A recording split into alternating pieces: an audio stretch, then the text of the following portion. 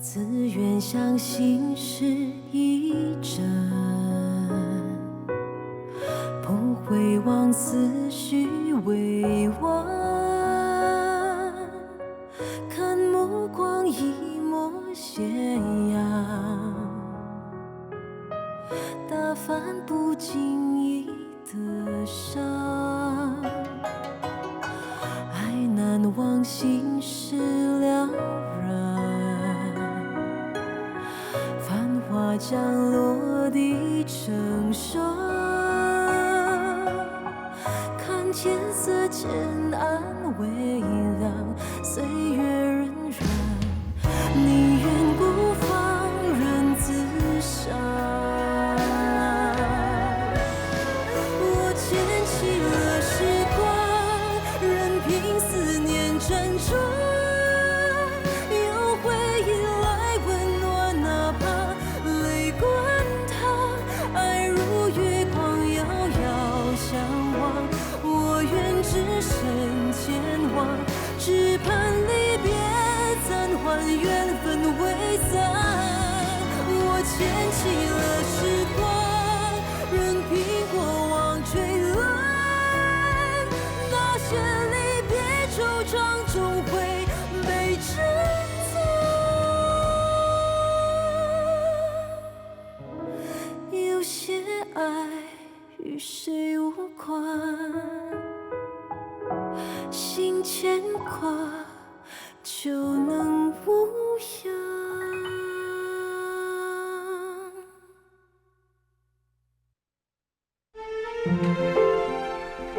准备好了吗？准备好了吗？我可以放炮了。好了，准备好了啊！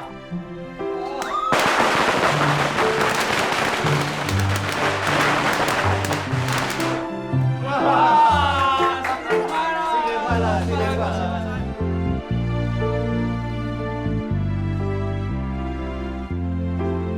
阿爸阿娘，新的一年又来临了，我祈求你们保佑我和堂叔来年顺顺利利，也希望喜记生意蒸蒸日上，财源广进。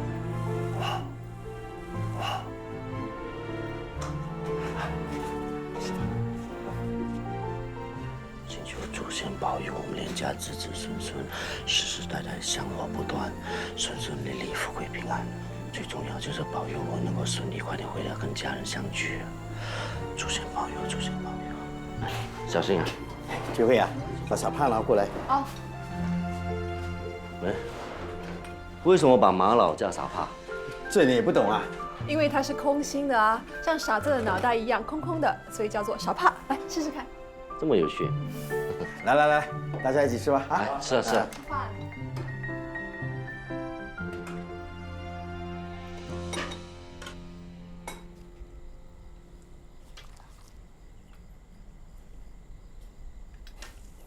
这本柜皮不够软，馅不够滑，比起赛文做的差强人意。吃了赛文做的，外面买的都达不到水准。以往的柜都是赛文负责的，今年少了他们两兄妹，不但桌上的佳肴显得逊色，就连气氛也没有以往的热闹。赛文和赛鼎已经离开了一段日子，真的很想念他们，尤其是赛文，每天晚上会跟我聊天，现在房里只有我一个人，有点不习惯。赛文不在信里提过了吗？他跟赛鼎为了开店的事情忙得不得了。我想啊，这次新年他们应该过得很充实的。不如我们趁新年的时候过去那里看看他们。怎么行呢？你的眼睛还没好。你是我的眼睛，有你在我没问题。堂叔啊，不如你带春仙去联邦走一趟，或许可以帮到他的病情呢。顺道可以探望赛文和赛鼎。我担心这里忙不过来啊。放心，店里有我看着。这样好吧，我陪你到联邦走一趟了。来来，我们吃吧。来，这个。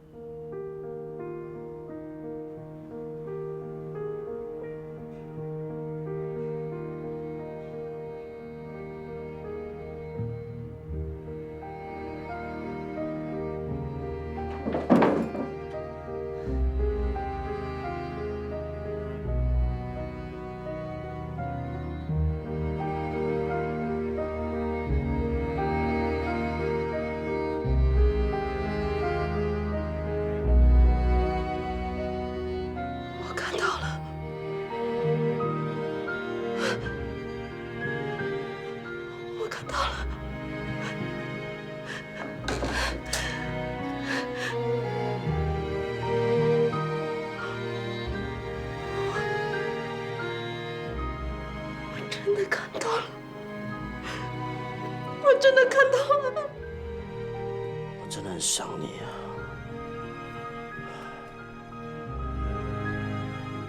现在这里是农历新年，到处都很热闹，但我想到你们还在医院，我也没办法在你们身边，真的什么心情都没有。老婆，你不可以有事啊！为了我，为了孩子，你一定要撑下去。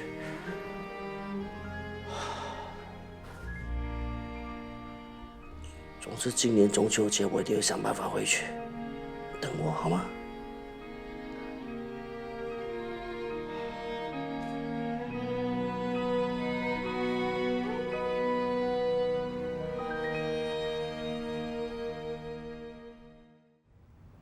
你们要去联邦？是啊，我车票都买了。你的眼睛还未好，怎么可以到处乱跑呢？有大喜哥在，不用担心的。是啊，这段时间啊，有堂叔照顾春仙，你可以放心啦。幸亏有你，春仙的气色才会恢复得如此之快，辛苦你了。都是我造成这个样子的，我应该负起这个责任的嘛。医生都说我的眼睛很快就会好的。过年我们就不谈不开心的事吧。是啊，过年我们说一些开心的事。哎，田师傅，新年快乐！田师傅新年快乐！恭喜发财，恭喜发财啊！恭喜发财，身体健康，生意兴隆啊！大家一样，大家一样，大家一样啊！你要出去啊？啊，是啊，我约了个朋友。对了，我今晚不回来吃晚饭，不用等我了啊。你们大家吃便吃多点，吃多点啊。好。今天出去也不晓得几点才会回来。田师傅常常都那么晚回来吗？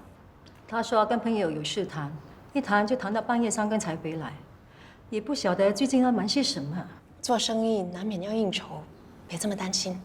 师母啊，如果你不放心的话，我可以找机会跟师傅谈一谈。哎，小心小心，这里是拐弯处啊！好。阿妹，我回来了。小心这里地基啊！阿妹，快来看谁来了！哎，小心一点啊！堂叔，春仙姐，赛文，几个月不见，好像长了一些肉呢。有吗？真的很久没有吃你煮的家常饭，真的很想念了。那就多吃一点吧。除夕夜当天，郑医师还说少了赛文，年夜饭有一点吃色了。学根还说啊，你做的本味是最好吃的。那当然，我阿妹的厨艺啊，真的是没话可说的。她认第二，没人敢认第一的。学根哥和觉慧姐还好吗？很好啊，除了工作以外，每天都黏在一起，两个人就像强力胶一样。我看他们迟早会结婚的。你们这里生活还习惯吧？很好啊，新加坡有的，这里都有。哎，店面装修的怎么样了？一切都很顺利，如无意外的话，应该这个月底就可以开张了。真的？那到时候一定要叫大家过来庆祝了。一定要的，再怎么忙得好，我跟学根都会抽空过来的。好啊。春仙姐，今晚你就睡我的床，那你呢？我睡在地板就行啦。这怎么行呢？没关系，1、2天而已。而且我们很久没有睡在同一间房了。现在你在这儿，就让我回到住在大杂院的感觉。现在房间只有我一个人，感觉真的很寂寞。我最怀念你常唱的那首英文歌，还有我们睡觉前会一起聊心事。那我们今晚就聊个通宵，你说好吗？好啊。啊，等一会儿，这里的蚊子多，点个蚊香就不怕了。你没事吧？先坐这吧，帮你倒杯水。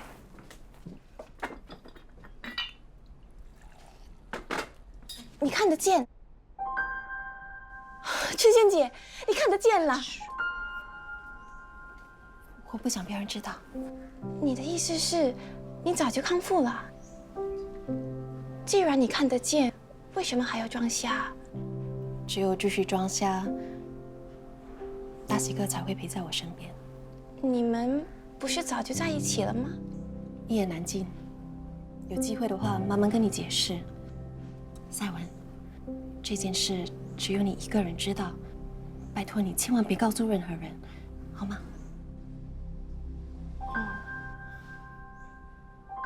怎么样？喜记最近的生意还好吧？还不错啊。我说真的，自从你走了以后，就少了一个到外跑生意的人，分销到咖啡店的订单也变少了。当初把饼分销出去是要打响名堂，让更多人认识喜记的饼。现在喜记已经家喻户晓了，学耕做的豆沙饼一出炉便被人抢光，分不分销出去都无所谓了。你是不是很恨学耕啊？你气他不让你开分店的事情。其实我早就已经忘得一干二净了。我跟学耕那么多年好兄弟，我怎么会恨他？你会这么想就好了，那我就放心了。以后不管你在哪里碰到什么问题，跟我们说，我们两兄弟一定会想办法帮你的。谢谢你啊，堂叔，你这番话我会记在心里。来，我以茶代酒，先敬你一杯。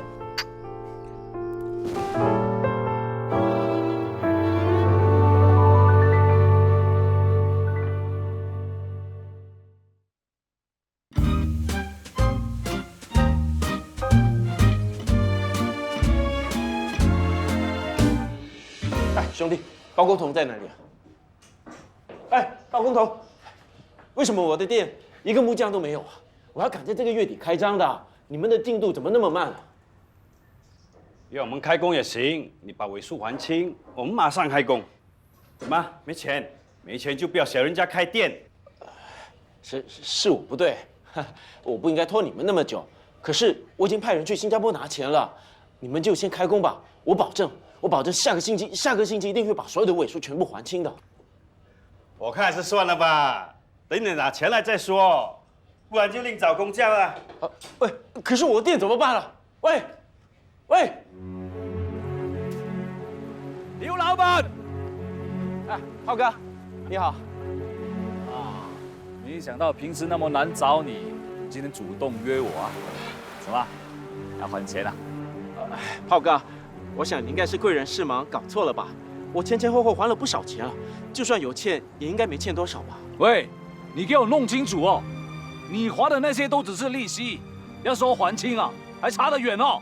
是啊，我还欠炮哥钱，不过最近我的店出了一点问题，还需要一笔费用来解决问题。我知道炮哥出了名，江湖救急，很讲义气的，不知道你可不可以再帮我一个忙，再借我一点点钱来救急啊？你给我听清楚啊！你想要借钱，就把之前欠的钱给我还清，要不然什么都免谈。炮哥，你先别那么激动，我知道有借有还，再借不难这个道理。可是现在就真的只有你能帮得到我了。只要你再借我一笔钱，我的店就能顺利开张营业了。到时候赚到钱，我一定连本带利双倍奉还的。炮哥，求求你了啊！喂，我不是菩萨，要求到庙里去求。给我听清楚，我再给你几天时间，到时候没把钱还清，我就把你妹给卖了。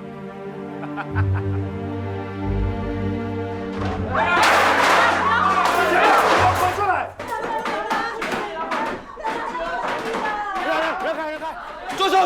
要不然帮忙大他！住手！你是谁啊？帮忙大！你又是谁啊？为什么来这里捣蛋？姓田的欠了我们赌馆一大笔钱，期限一到，我们是来讨债了。怎么可能？你们有没有搞错啊？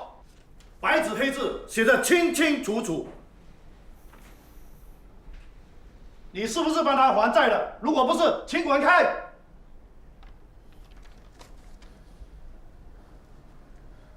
我现在只带了一点钱，剩下的钱，请这位大哥多宽容几天。我一定要想办法帮田师傅还赌债。我凭什么相信你？我是喜记的头家连学耕，我以喜记的名义保证，一定会把钱还给你的。你们也只是求财而已，再这样闹下去也不会有结果。要是惊动了马达，只会赔了夫人又折兵。好，我就卖个面子给你，再给姓田的多2天时间。2天过后，如果再收不到钱，就别怪我翻脸不认人了。我们走，干什么干？走开！师母啊，到底发生什么事？为什么田师傅会欠那么多赌债的？哭！我已经够烦了，你还哭？你防？难道我就不防吗？要不是你沉迷于赌博，会闹出这么多事情来吗？家里的钱都给你输光了，为了讨债，我们连家也不能回，生意也不能做，整天提心吊胆，就怕人家来追债。这样的生活，你叫我怎么过下去啊？我看我干脆带孩子回娘家算了。要回赶快回！你在这里唠唠叨叨的，哭个不停。父啊，你何必说气话呢？怎么会搞成这样的？我都不晓得，是我没有带引世人，鬼迷心窍，染上了毒瘾。十赌九输，难道你没听过吗？现在做这些有什么用了？我已经一无所有了。谁说你一无所有？你还有田忌，还有老婆孩子啊！你放心吧，你欠的钱，我会帮你想办法。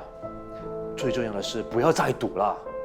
不赌了，不赌了，打死我也不赌了。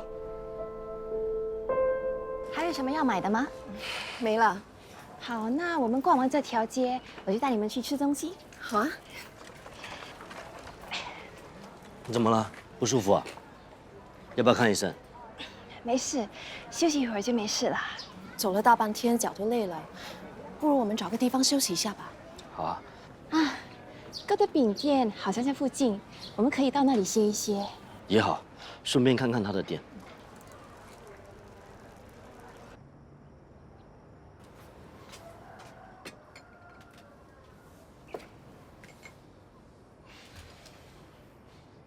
哎，我回来了，哈哈，开饭了，那么巧，我正好买了一点烧肉来加料。哎，你们可以尝尝。哎呀，今天啊，真是累死人了，店里店外两边跑，还去跟那个供应商谈原材料，真希望自己像孙悟空一样，能有几个分身该有多好。你们怎么了？不要再装了，我们都知道了。装什么啊？说什么？哥，我们下午去了你的店，隔壁店的伙计已经把你的事告诉我们了。他们说啊，木匠收不到钱，全部都罢工，还说你欠了一大笔钱呢。到底发生什么事情？哎，没事，只是出了一些小状况而已。哎，不需要太担心。来，吃饭吧。有什么问题就说出来，别死撑了。春仙说的没有错，人多力量大，你说出来，我们想办法帮你就是了。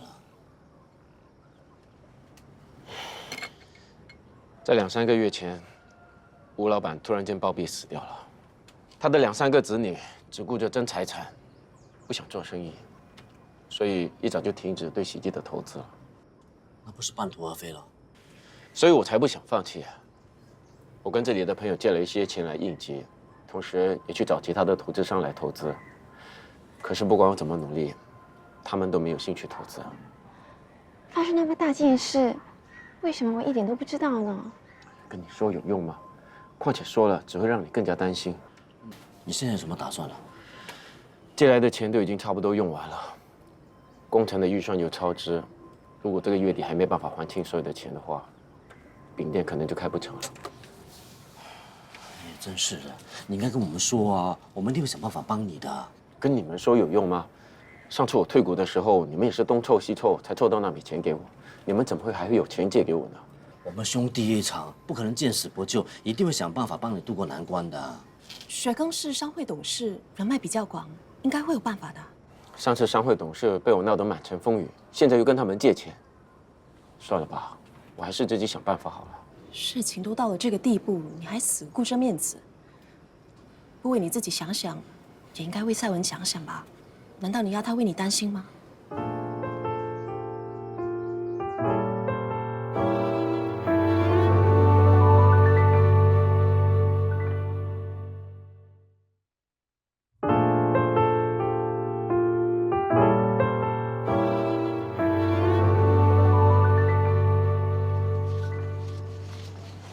怎么样，钱够吗？我那一点的积蓄，加上主席借给我的钱，够帮田师傅还赌债了。那田师傅的事也算解决了。还好主席把钱借给我，要不然田师傅的店就要卖了。小心点。我们回来了。唐叔，联邦好玩吗？雪庚哥，觉慧姐，赛点赛文。你们怎么一起回来了？世事无常。那天吴老板到我们店里，还生龙活虎，看不出有什么病，没想到说走就走。他走了以后，整个局势就改变了，所以我现在进退两难。现在最重要就是解决钱的问题，其他的走一步看一步了啊。我知道大家能帮的都有限，要不是走投无路，我也不会回来找你们帮忙。你为什么这么说呢？大家都是兄弟，互相帮忙是理所当然的。别这么沮丧了，一定会有解决的方法。你们暂时先住下吧，钱的事情我会想办法。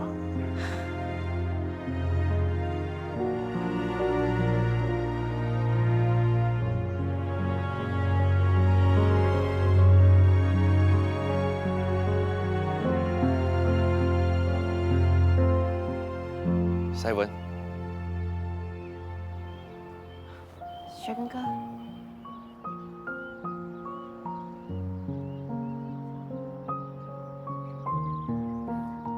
在联邦的生活过得还好吗？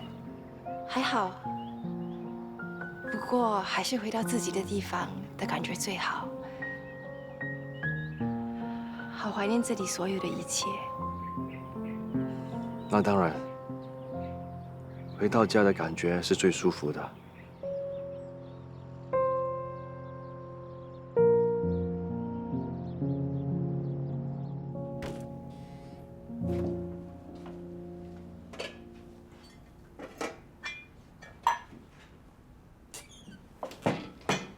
春仙姐，你想瞒大家瞒到几时啊？能瞒多久就瞒多久吧。纸是包不住火的，这件事堂叔迟早会发现的。我知道，走一步看一步吧。爱情真的很奇妙，总是会让人做出一些傻事。你是在取笑我吗？没有，我哪里敢呢？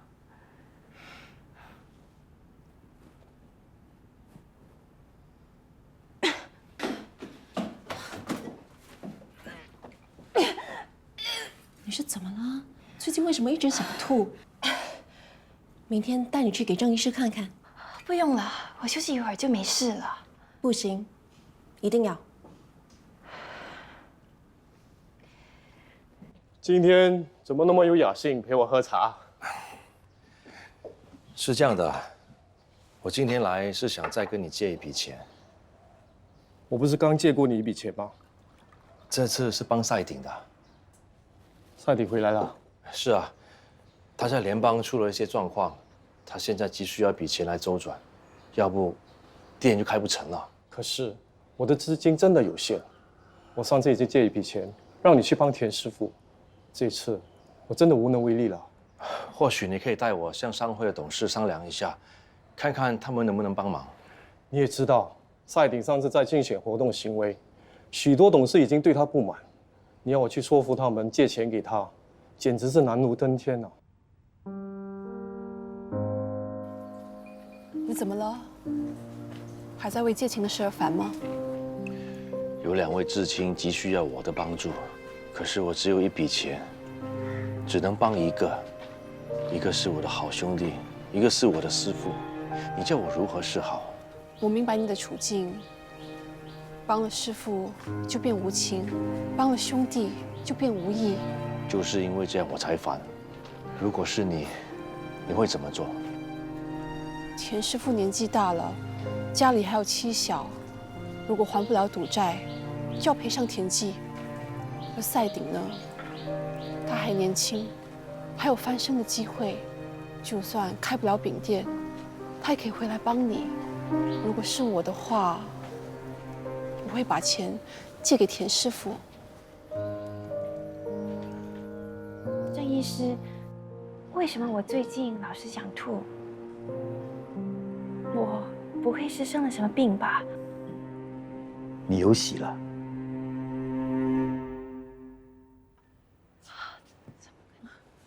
赛文，郑医师怎么说了？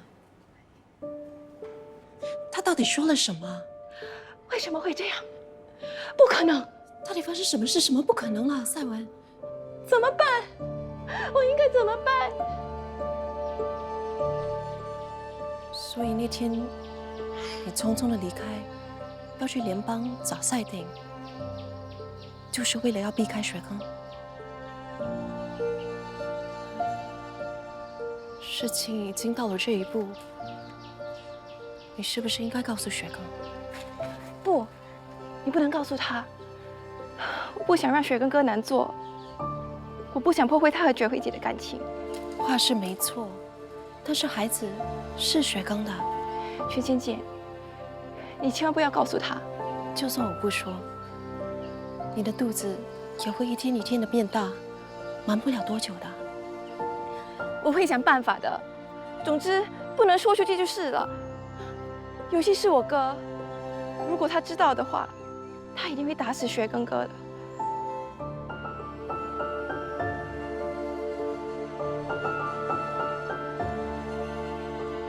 这么做不是很为难你吗？我没关系，只要雪庚哥和觉慧姐幸福，我就心满意足了。爱情真的可以让人做出很多傻事。春仙姐，你一定要帮我保密。我答应你，我不会说出去的。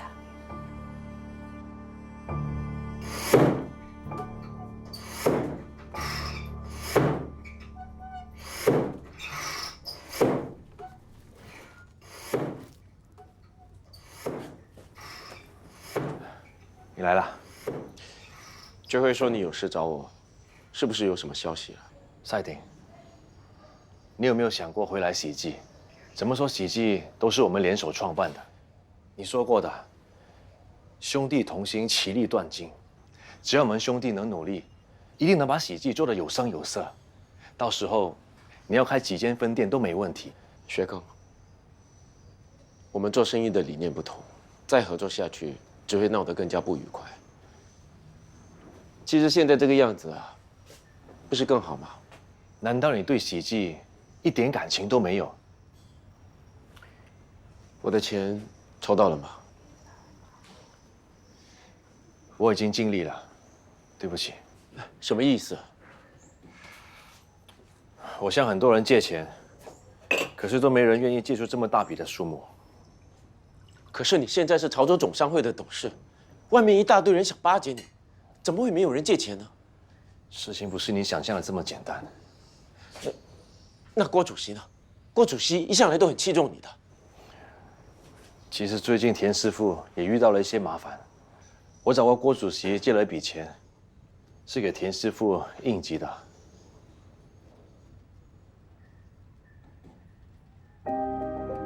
田师傅有难你就帮他，我这个兄弟有难，你却见死不救。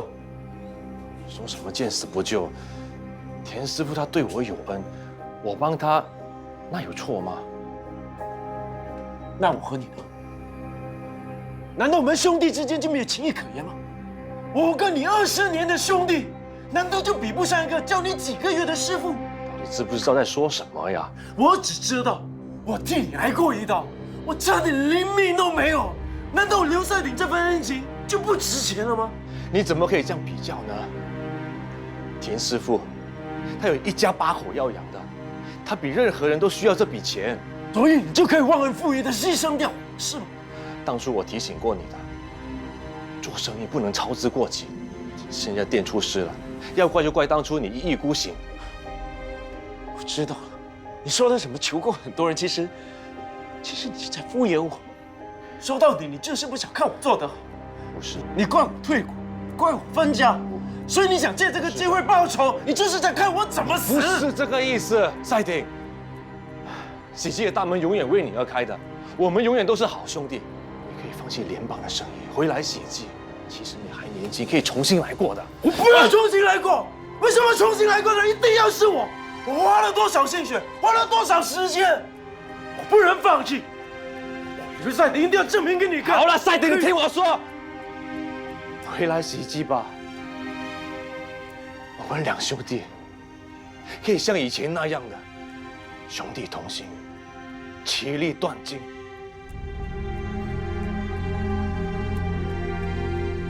我都不再是兄弟，我跟你之间恩断义绝。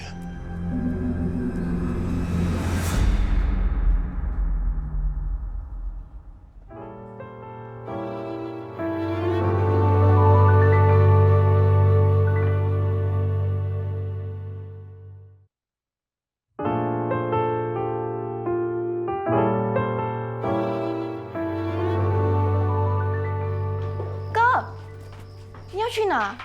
回联邦。这么突然，谁刚帮你借到钱了？不要提这个忘恩负义的家伙。你们两兄弟又发生了什么事了？他不是我兄弟，我没有这种见死不救的兄弟。反正留在这里，他只想看我怎么死，倒不如回去想想其他的办法。那我呢？阿妹，你先留在这里，等我把事情解决完以后，你再回去也不迟。你放心，我们会互相照顾的。你自己要小心点。哥，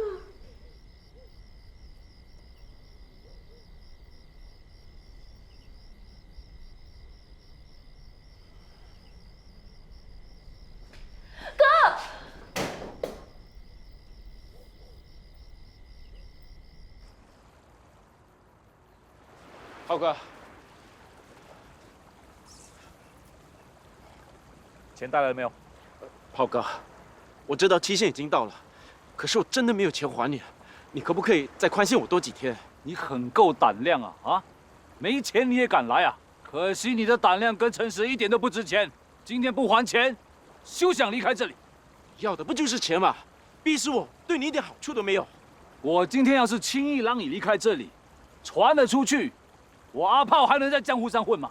那你想怎么样啊？你不是有个妹妹吗？听说还有点姿色的，就拿她来抵债。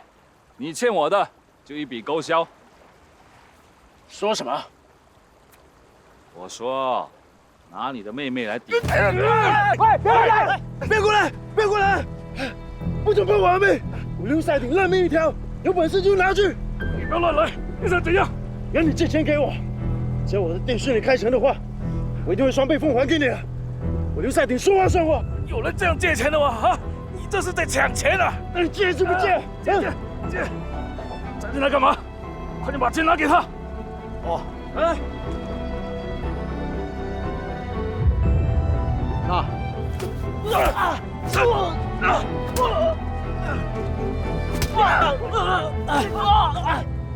放开我！放开我！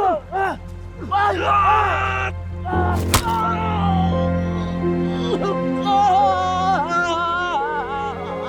我斗狠，还不够资格！再给你2天时间，2天后不还钱，我打断你另外一条腿，还有卖了你的妹！走！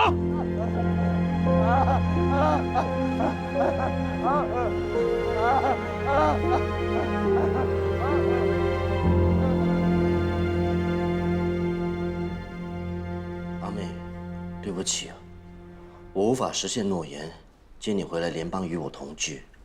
当时为了筹钱开店，我逼于无奈，其实是跟高利贷借了钱。如今店开不成，高利贷却逼着我还债。为了躲避他们的追杀，我也躲起来了。我目前在很安全的地方，你勿为我担心。但为了安全起见，你暂时先留在新加坡，待事情平息后，我便会回来接你。堂叔春仙绝会，赛文便拜托你们照顾了。赛鼎怎么那么傻？明知道那帮人没良心的，还跟他们借钱。赛文，你要去哪里啊？我要去找我哥。你要去哪里找你哥？就算给你找到了，你又能怎么样？你帮得上忙吗？对啊，绝慧说的没有错，你跟着他只会增加他负担，甚至连累他。你哥都说了，等事情平息了，他就会回来的。你就乖乖在这里等他，万一他回来找不到你，那就更麻烦了。赛文，你哥托我们照顾你，你就乖乖留在这里等他回来吧。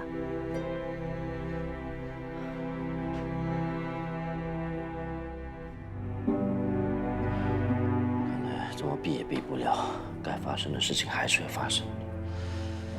唉。历史改变不了。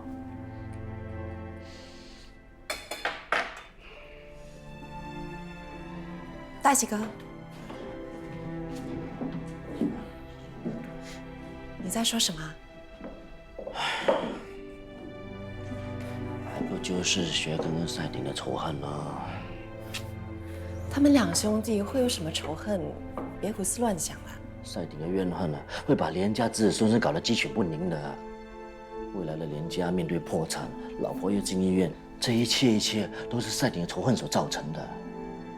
不行了，我一定要化解他们两兄弟的怨恨，要不然连家真的会完蛋的。没办法帮到你，真的很对不起。你不要这么说，现在最重要呢，就是照顾好自己的身体，让眼睛慢慢的好起来，其他事情我自己会想办法的。啊，对了，今天晚上我不能够陪你去听戏了。为什么？我们不是一早就约好了吗？我知道，但是我听阿静说，唐山来了一个很出名的中医师，他的针灸功夫非常的好，只要被他针一针呢，就算没有痊愈，也有相当的起色的。这跟我们去听戏有什么关系？因为我听说他一天只看10个病人，所以我打算等一下去排队的。我看算了，还是现在去比较好。好，大喜哥不用去了。为什么？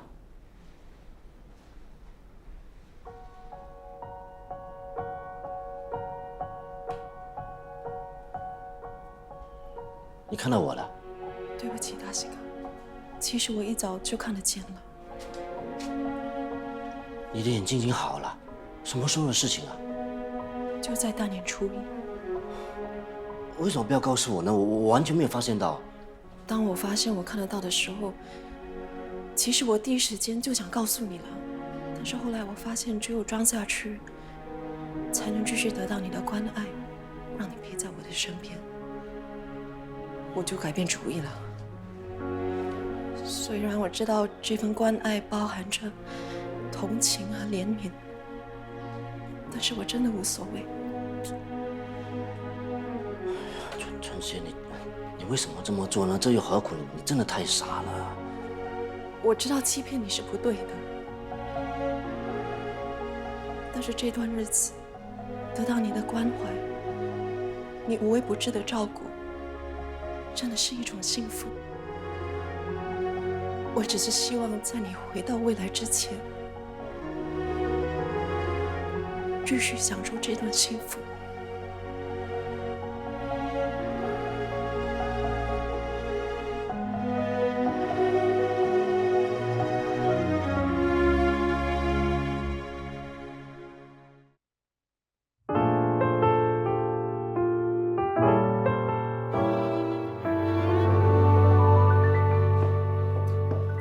你呀，瞒我们瞒了那么久，害我们一直为你担心。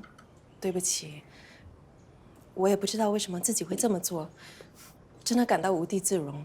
爱情的魔力真的是太大了。别取笑我了，我现在真的很想找个洞钻进去。我是在为你开心。是啊，能够重见光明是一件值得开心的事。哎，唐叔，坐这里啊。来，是啊，过来啊。我自己来。好。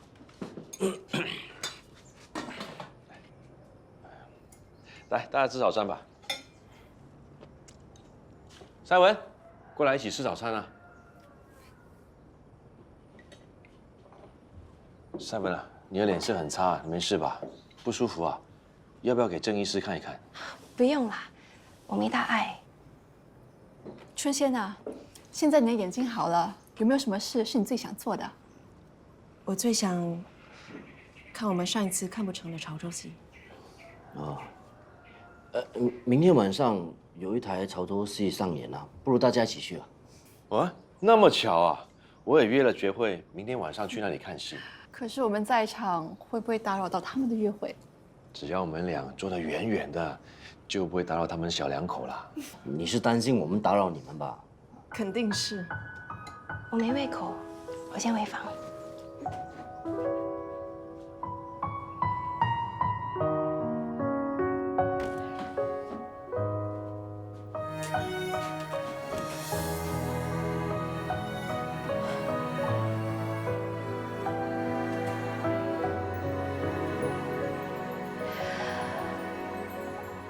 你为什么要在这个时候出现？难道你不知道你的出现会破坏人家的感情吗？你不应该来到这个世界，你不属于这里的，你不属于这里的，不属于这里的，你不属于这里的，你不属于这里的，你不属于你在干什么？你这么做会打掉孩子的。打掉了更好。他不属于这个世界，没了也罢。你这么做，不只会伤害自己，你也在伤害一条小生命。孩子是无辜的，应该怎么办？好好的活下去。你哥还等着跟你相聚呢。无论发生什么事，我都会陪在你的身边。什么问题都可以解决的。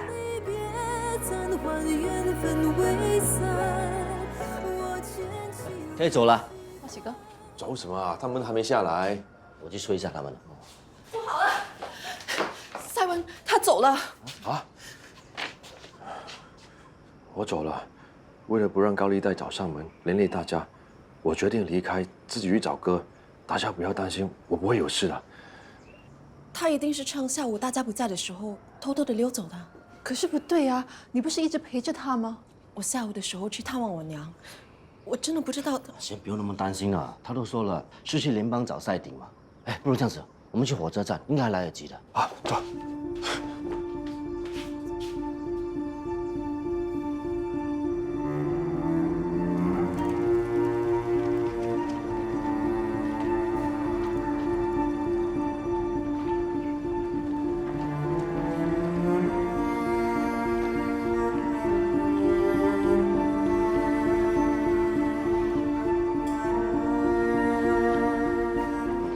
担心了，一定有办法找到赛文的。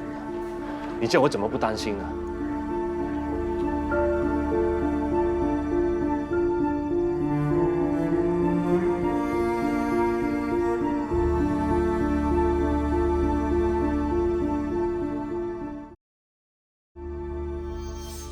回到自己的家，感觉还是最舒服。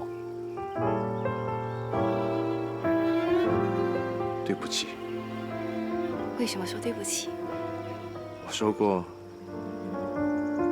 要对你负责，可是我一点都做不到。过去的事我早就忘记了，你也别再去想了。我听唐叔说你和觉慧姐好事将近，恭喜你们。